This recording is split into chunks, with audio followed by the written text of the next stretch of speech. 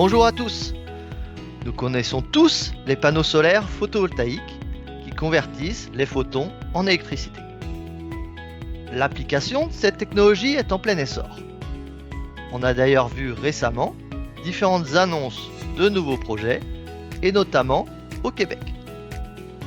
Cependant, les technologies solaires ne se limitent pas au photovoltaïque. En effet, une technologie très répandue est le solaire thermique.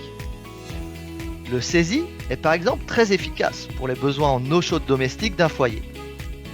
Ce dernier utilise les panneaux solaires thermiques qui convertissent les photons non pas en électricité, mais en chaleur. Ce même type de panneau est utilisé dans des systèmes de grande taille pour alimenter des réseaux de chaleur urbains. On pourrait penser que ceci n'est rentable que dans des régions tropicales. Eh bien non, cette photo a été prise à Marshall, au Danemark. Marshall est à la latitude 55 et bénéficie d'un ensoleillement annuel plus faible que Montréal. Un autre type d'application des panneaux solaires thermiques est aussi possible, l'industrie. On voit par exemple sur cette photo le projet Lactosol en France qui utilise pas moins de 15 000 m² de panneaux afin d'alimenter une usine agroalimentaire. Ainsi, avec des technologies solaires, on peut judicieusement en faire de l'électricité et de la chaleur. Mais ce n'est pas tout. Avec le solaire, on peut aussi faire du froid. En effet, depuis le premier projet des caves de Banyuls en France, de multiples projets de climatisation solaire ont vu le jour. Avec les technologies solaires, on peut aussi atteindre de très hautes températures. C'est par exemple le cas de la centrale thermodynamique de Crescent Dune aux États-Unis.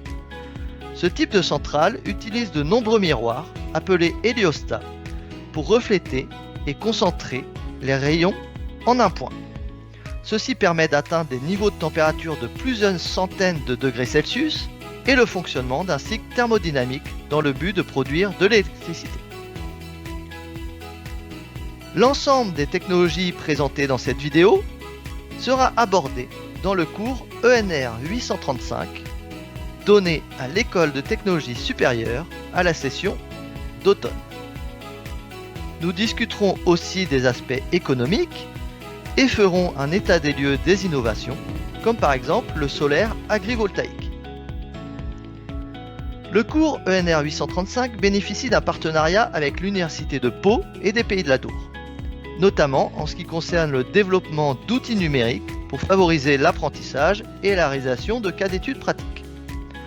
Nous bénéficions aussi de l'expérience de terrain de notre club étudiant Eclipse. À bientôt!